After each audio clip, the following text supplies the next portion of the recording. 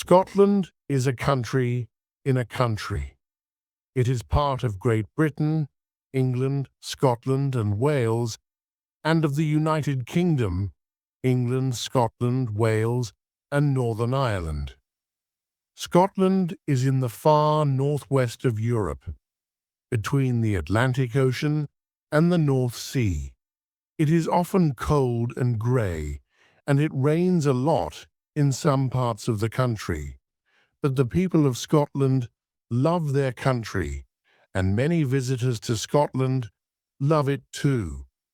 They love the beautiful hills and mountains of the north, the sea, and the 800 islands, and the 6 cities, Edinburgh, Glasgow, Aberdeen, Dundee, Inverness, and Stirling. The country is special, and Scottish people are special too, often warm and friendly. There are about 5 million people in Scotland. Most Scots live in the south, in or near the big cities of Edinburgh and Glasgow. Most of the north of the country is very empty. Not many people live there. A Scottish person is also called a Scot, but you cannot talk about a Scotch person. Scotch means whiskey, a drink made in Scotland. Scottish people are British because Scotland is part of Great Britain, but you must not call Scottish people English. The Scots and the English are different. These days everyone in Scotland speaks English, but at one time, people in the north and west of Scotland did not speak English. They had a different language, a beautiful language, called Gaelic. About 60,000 people, 1% of the people in Scotland, speak Gaelic now. But many more want Gaelic in their lives because it is part of the story of Scotland. Scotland is not a very hot country. In the summer, the days are long and it can be warm, but in the winter, the days can be just 7 hours long, and it often rains. For many years, Scotland was a poor country, but now things are better for most people. There is oil and gas in the sea between Scotland and Norway. Edinburgh is an important place for money, and there are big banks there, like the Royal Bank of Scotland. People in many countries drink Scotch whisky, and the whisky business makes a lot of money for Scotland. Tourists visit this beautiful country, and that brings money to Scotland too. Many people love living and working there, and more than 20 million visitors go to Scotland each year. Scotland is the oldest country in the world. Why? Because the hills of the northwest and the Hebridean Islands are more than 2,700 million years old. You can walk on some of the oldest rocks in the world there. People first lived there 9,000 years ago. At Skara Brae on the Orkney Islands, in the far north of Scotland, you can see the houses of early people from about 5,000 years ago. The houses at Nap of Hower, also on the Orkneys, are the oldest in Europe. The Romans went to Scotland, but they did not stay there for long. Between AD 122 and 128, they built Hadrian's Wall. It was 117 kilometers long and went from sea to sea across the most northern part of England. The Romans stayed in England for nearly 300 years until about AD 400, and then they left and went back to Rome. Today you can visit Hadrian's Wall in the north of England and walk along parts of it. Who were the first Scots? The people north of Hadrian's Wall were called Piets by the Romans. We can still see some of their story in their pictures in stone. But there were also Scotti from Ireland. The name Scotland comes from the Scotti, Vikings from Norway, and some English people from the south. These different peoples came under one king in the 800s. The first king of all the Scots, many people say, was Kenneth MacAlpin. He was king from 843 to 858. But the most famous Scottish king of this early time is Macbeth, 1040 to 1057. He is famous because Shakespeare wrote about him. For Shakespeare, Macbeth was a very bad man, but he was not worse than many other kings of those early days. There were many battles between England and Scotland. One important Scot was William Wallace, about 1270 to 1305. You can learn about him in the film Braveheart. Then, in 1314, the Scottish king, Robert the Bruce, took his men to the Battle of Bannockburn. After the battle, 10,000 Englishmen were dead, and Robert became one of the most important kings in the story of Scotland. Soon after, Scotland was free and stayed free for nearly 300 years. In 1542, a little girl called Mary became Queen of Scotland. She was 6 days old and only the second woman to be Queen of this country. Mary, Queen of Scots, became a tall and beautiful woman, but some Scots did not want her to be queen. Mary went to England and asked Elizabeth, the English queen, for help, but she did not get it. She never returned to Scotland and died in England after 19 years. Mary's son, James Stuart, became King of Scotland, and then King James I of England too. In 1707, the two countries became Great Britain. In the 1700s, Scotland was more like two countries than one. There were rich cities in the south, but there were poor country people in the Highlands, the hill country in the centre, and the north of Scotland. At that time, Edinburgh was one of the most important cities in Europe, and many famous thinkers lived there. Then, in the 1800s, Glasgow became rich. People built big ships there, and later trains. So the south of Scotland had busy cities with beautiful buildings, lots of work, and money. In the Highlands, things were very different. After 1714, Great Britain had German kings, from Hanover in North Germany. Many Scots in the Highlands wanted a Scottish king, someone from the Stuart family like Mary and James, not a German king in London. They wanted Charles Stuart, Bonnie Prince Charlie, the grandson of the last Stuart king, James II of England and the 7th of Scotland. Charles Stuart left France and came to Scotland. He wanted to be King of Scotland and England too. But Charles and his men lost the Battle of Culloden near Inverness in 1746. Culloden was the last big battle in Great Britain. After the battle, the British soldiers looked for Charles, but he went into the hills. The people of the Highlands and the Islands helped him to go back to France. but life became difficult for them after that.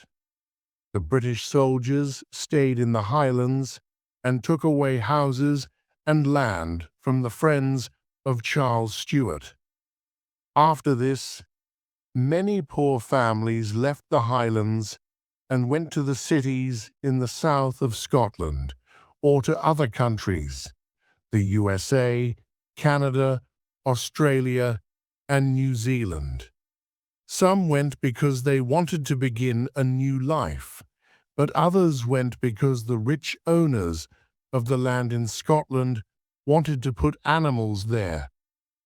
Between 1840 and 1880, 40,000 people left just one island, the island of Skye. Life became more difficult in the 1900s, but oil and gas in the North Sea began to bring money to Scotland again in the 1970s. Let's look now at some of the famous places in the Scotland of today.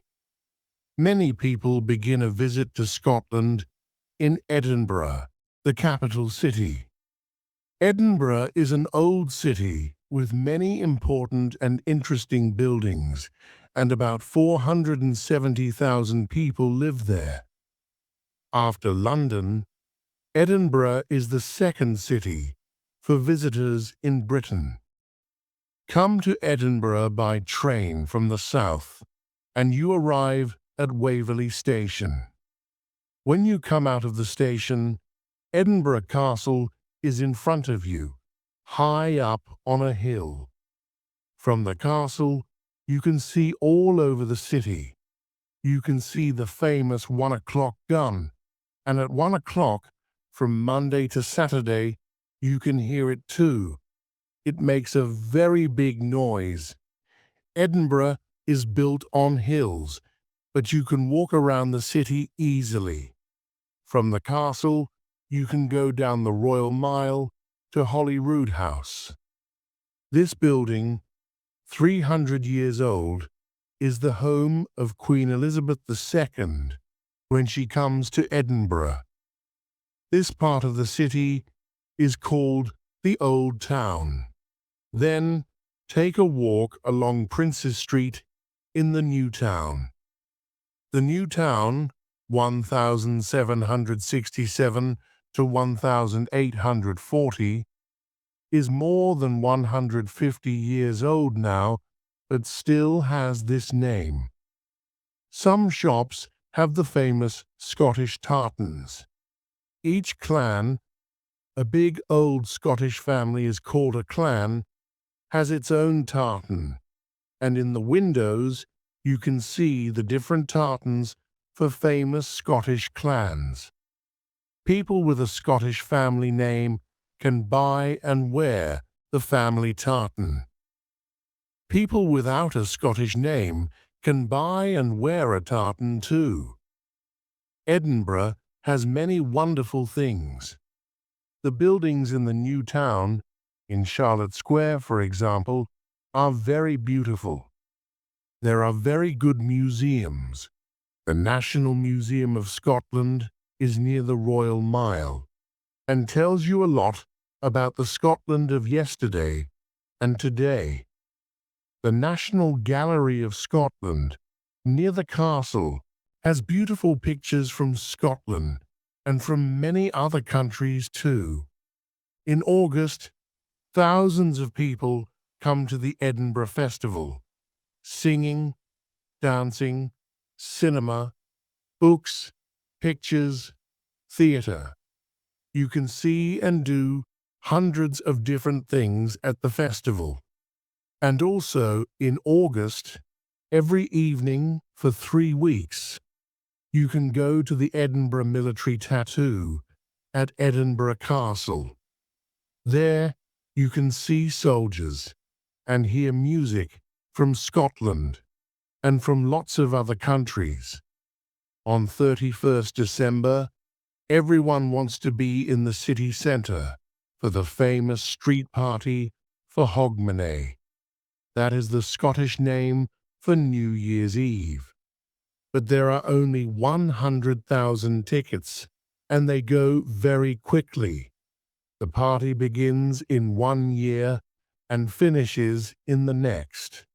That is a good time.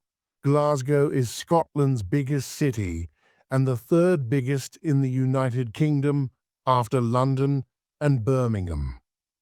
About 630,000 people live in the city and about 1.2 million in and near it.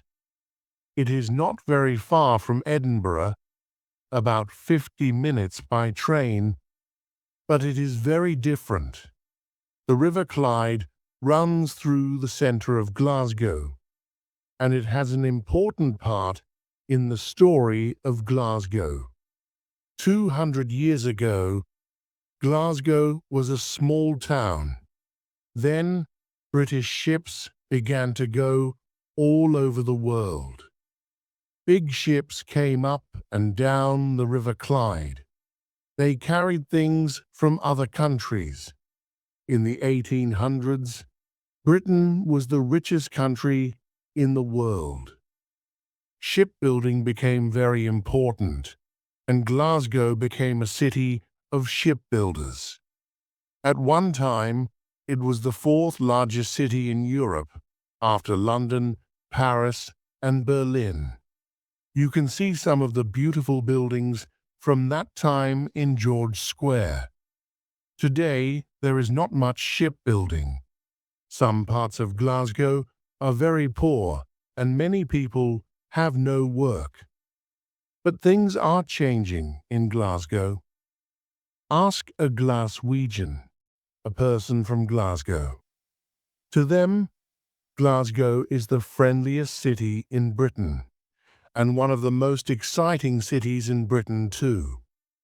There are lots of things to do at night in Glasgow. It is perhaps the best city in Britain, after London for shopping too. Like Edinburgh, it is a green city. It has 70 parks, and you can often see the hills from the center of the city. It is a city of museums. You can see many beautiful pictures in the Glasgow City Museum and Art Gallery, and in the Burrell Collection and Pollock House, south of the Clyde. It is the city of Charles Rennie Mackintosh. About 100 years ago, Mackintosh and 3 friends began a new look in building, Art Nouveau. Much of Mackintosh's best work is in Glasgow. His Glasgow School of Art is on Renfrew Street. After you visit it, you can have a coffee at the Willow Tea Rooms, also by Mackintosh, on Sarchie Street. And Glasgow is, of course, a big football city. You can watch Glasgow Celtic at Celtic Park, or Glasgow Rangers at the Ibrox Stadium on Saturdays between August and May. Aberdeen, with 192,000 people, is the third biggest city in Scotland. It is in the east of the country, on the North Sea, and it is between 2 rivers, the Dee and the Don. Fishing and shipbuilding were once important here, but now it is famous as the oil capital of the UK. Boats and planes leave Aberdeen every day for the oil and gas fields of the North Sea. It has 2 universities and many wonderful parks and gardens. The musicians Annie Lennox and Evelyn Glennie both come from Aberdeen. Visitors to Aberdeen often go to its beautiful Long Beach or go climbing south of the city. Aberdeen is close to the cold and beautiful mountains called the Cairngorms, and there are more than 350 castles in this part of the country. One of them is Balmoral, the Queen's Castle. Queen Elizabeth comes here every summer. Dundee, on the River Tay, is near the North Sea too. Like Glasgow and Aberdeen, it was once important for shipbuilding. The ship Discovery was built here and left Dundee in 1901 for Antarctica. Now, more than 100 years later, the ship is back in Dundee again, and you can visit it there. Dundee is also famous for marmalade. The Keeler family began making orange marmalade here in 1797, and it became famous all over the world. Inverness is the only city in the Highlands. The best bagpipers in the world come here to play every September. It is close to the beautiful lake called Loch Ness. Loch is the Gaelic word for lake. A very big animal called the Loch Ness Monster, or Nessie, lives in Loch Ness.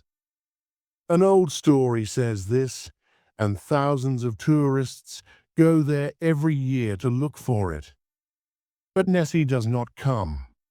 Perhaps this is just a story for tourists. Then there is Stirling, to the northeast of Glasgow.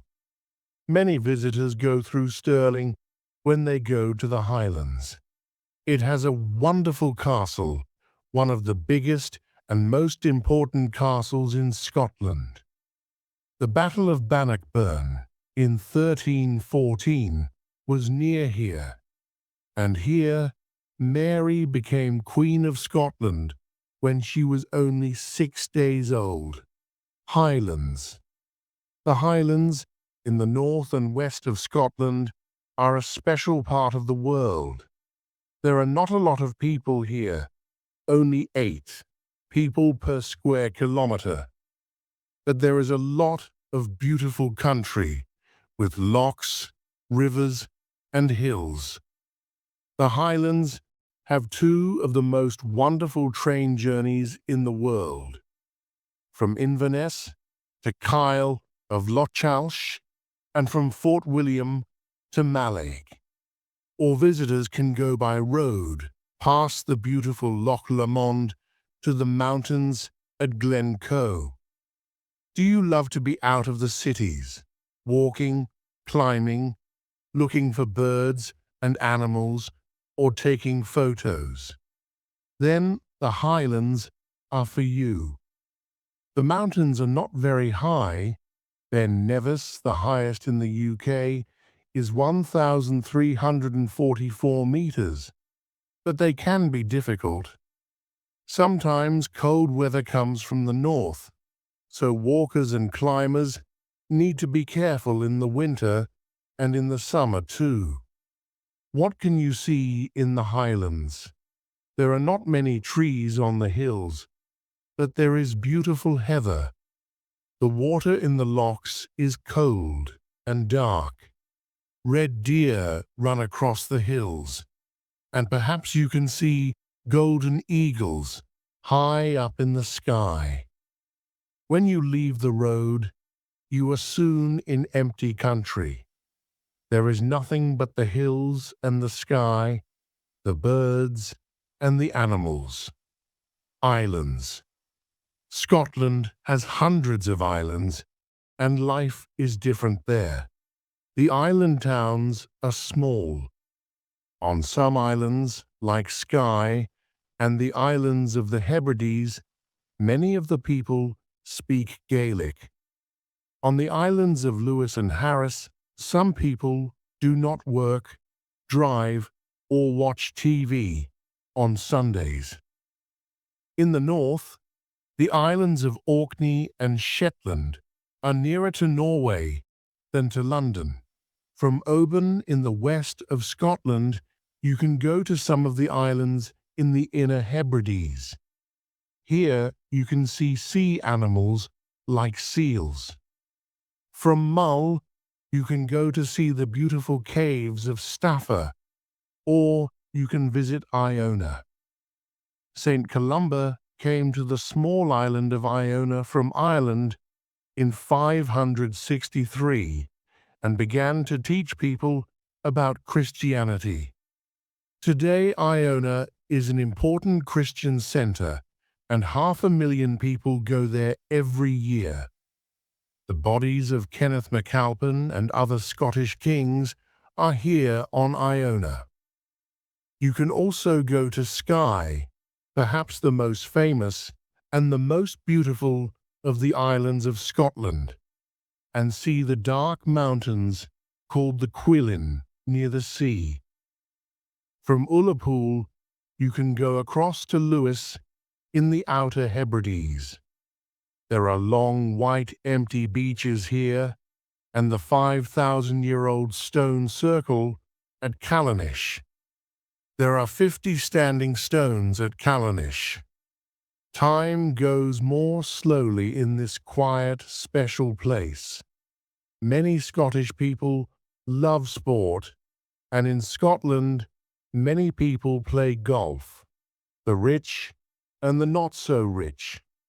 Golf began in this country, and the golf capital of Scotland is St Andrews, a small university city near Edinburgh. There are more than 400 golf courses in Scotland, and many of them are very beautiful. In the summer, when the days are long, you can play from 7 in the morning to 10 at night. Football is also very important. In 2006, Scotland had the 10th highest number of football clubs of any country in the world. Celtic and Rangers are the biggest and the most famous Scottish clubs, but others like Aberdeen also do well in Scotland and in Europe. The Scots play rugby football too, and it is an important sport in Scotland. In 1990, Scotland beat England, Wales, Ireland, and France at rugby, and every year the Scots want to do this again. But now Italy plays too, so they need to beat 5 countries, not 4. Scotland's hills and mountains are good for sports too. Walking, climbing, cycling, and more. And there are lots of exciting sports on, in, and under the water, in the lochs, rivers, and the sea. You can take a kayak down a fast river, for example, or out to Matter when you do these sports. Between May and September, in more than 100 different places in Scotland, people meet at a Highland Games, a festival of Scottish sports and music. You can see big men tossing the caber, listen to Scottish music on the bagpipes, and watch Scottish dancing. Not all Scotsmen have kilts, but more and more of them wear one sometimes, and lots of people wear kilts to the games. When a Scotsman wears a kilt, he is saying, "I like being Scottish." A kilt needs about 6 meters of tartan. When one of the big clans, like Clan Donald, Mackenzie, or Stuart, has a big meeting, people come from many countries. Many of them wear kilts in the clan tartan when they come. One clan in the USA, Clan Donald, has 4,000 families. Their families went from Scotland to the USA perhaps 150 years ago, but they still want to be Scottish. Scotland is not a big country and does not have many people, but there are many famous and important Scots. Here are 5 of them. Robert Adam, 1728 to 1792, made some of the best buildings in Great Britain in the second half of the 1700s. He went to school and university in Edinburgh and then to Rome for 5 years to learn about the buildings there. Then he came back to Britain. He worked on the new town in Edinburgh, and you can see buildings by him in Charlotte Square. There are many beautiful buildings by Adam in England and Scotland. People come from all over Europe and America to look at them. David Hume, 1711 to 1776, was a great thinker and writer. People still read and talk about his books today because they are so important. He also wrote a very long history of England. At that time, the most important book of this kind. Hume went to the University of Edinburgh when he was 12 years old. Later, he went to France and made friends with famous French thinkers like Voltaire and Rousseau. His most important book is a treatise of human nature, 1739 to 1740. The next great Scot is Robert Burns, 1759 to 1796. The Scots call him Robbie or Rabbi Burns. He was born into a poor country family, the oldest of 7 children near Ayr in southwest Scotland. He began writing poems when he was still a boy. He wrote about important things, about life and love, rich people and poor people, and Scotland. His words still speak to us today, and many Scots love his poems. Burns was born on 25th January, and that night is called Burns Night by the Scots. On Burns Night, there are special dinners not just in Scotland, but for Scottish people in other countries too. They eat haggis, a special Scottish food, drink whiskey, and say poems by Burns.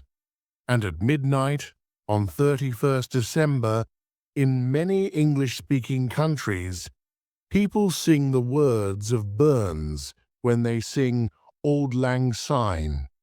The name of the song means something like Long, Long Ago.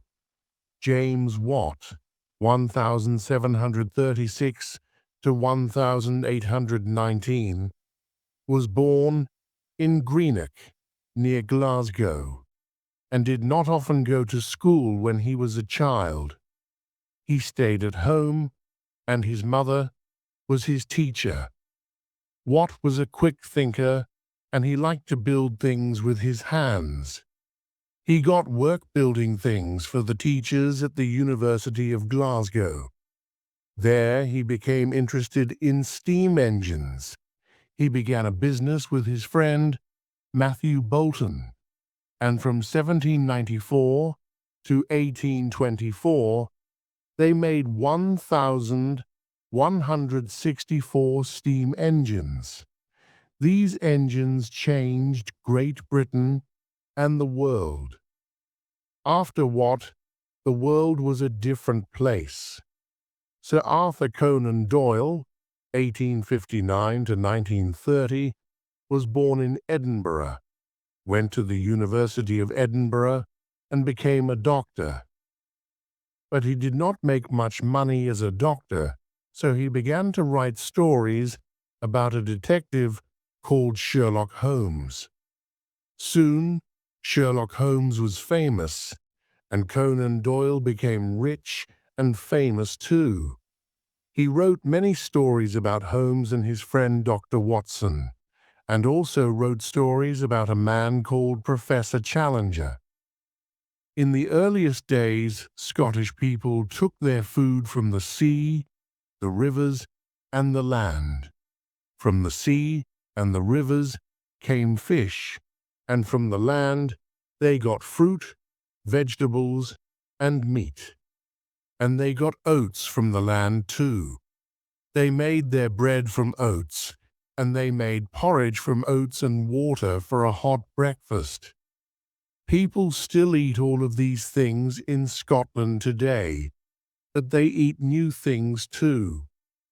From 1900 on, many people began to come to Scotland from countries like Italy and India, and they brought different food with them. There is a lot of good food in Scotland. It is famous for its fish, like salmon and haddock, and for other food from the sea. Fish farming is very important for Scotland. It gives work to about 6,000 people and brings lots of money into the country. Then there is Scottish beef, the best beef in the world, the Scots say, and haggis made from meat, oats, and other things. Scottish raspberries are also very good.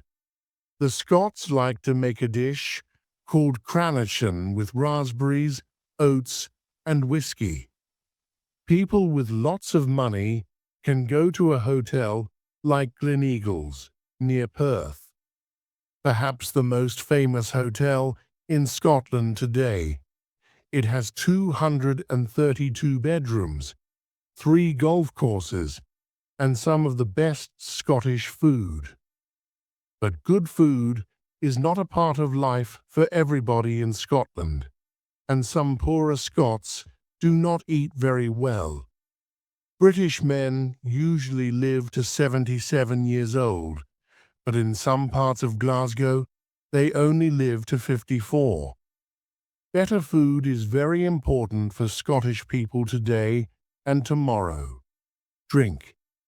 The word whiskey comes from the Gaelic Whiskabetha, the water of life.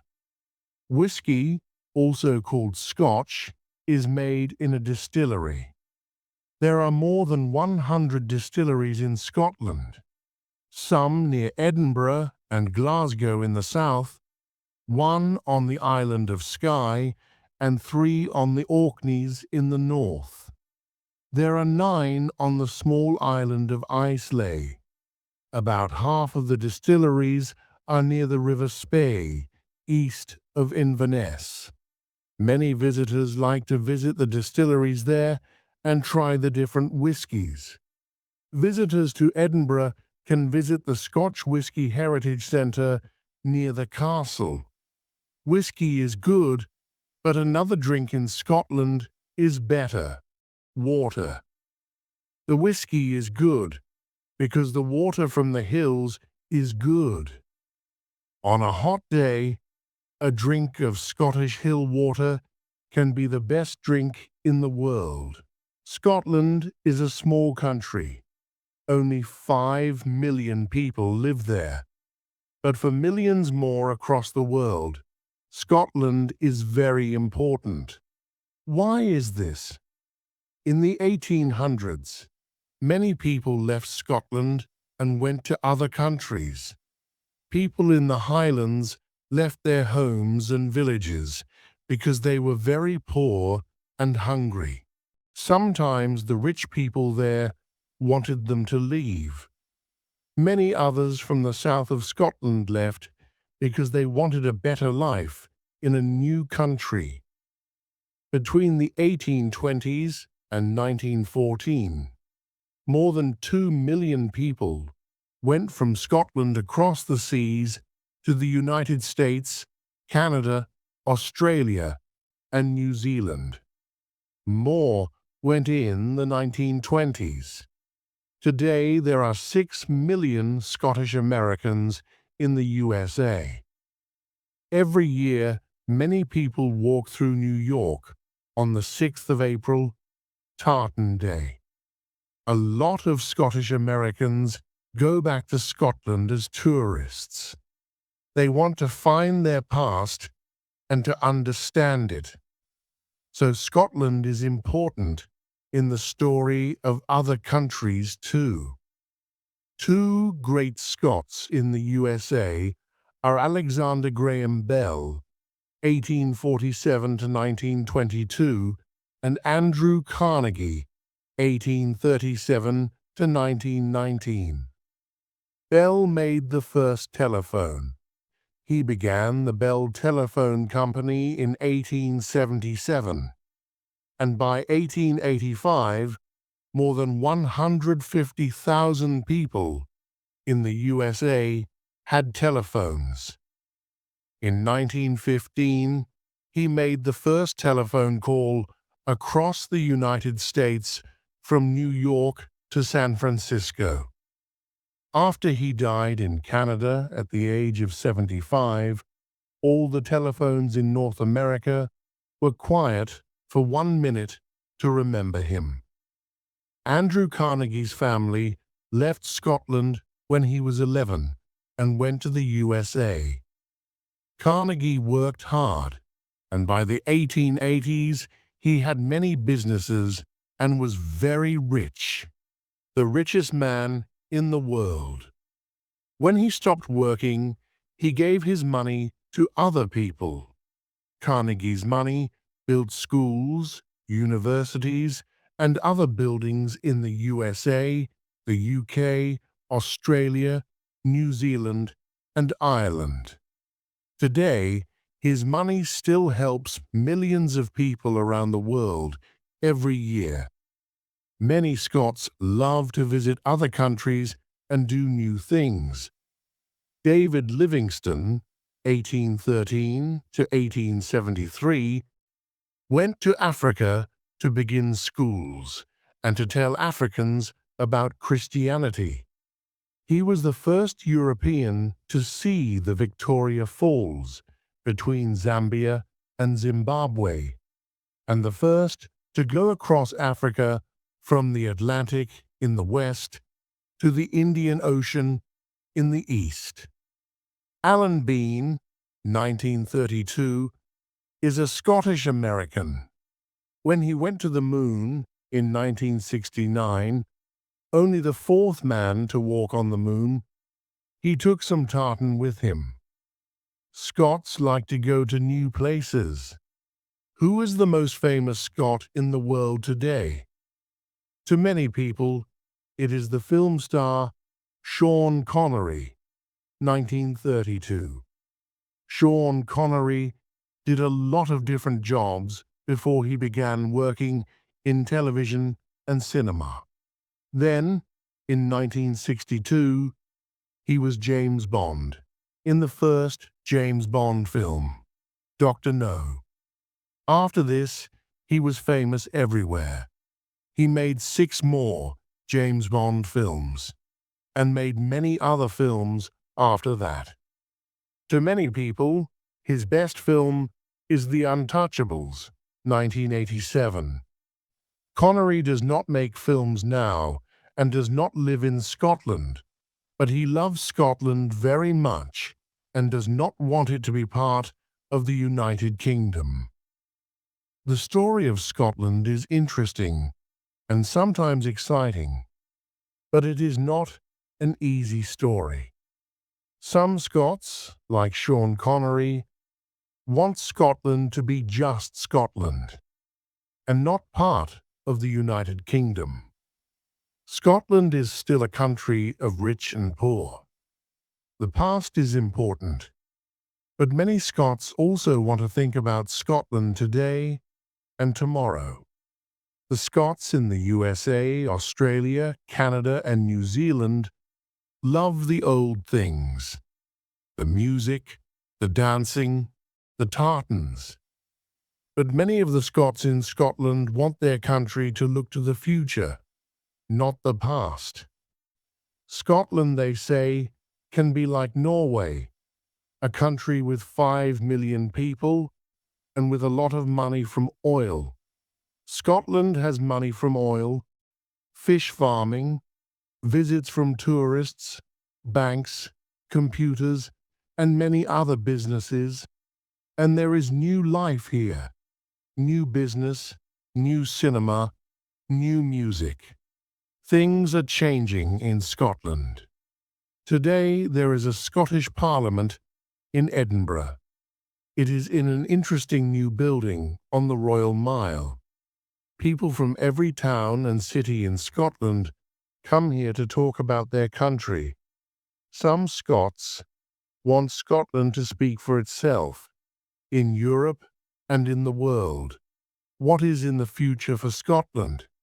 Nobody knows, but it is always going to be a beautiful, special place. Perhaps one day you can walk along the Royal Mile, climb the hills, or travel to the islands and see it for yourself.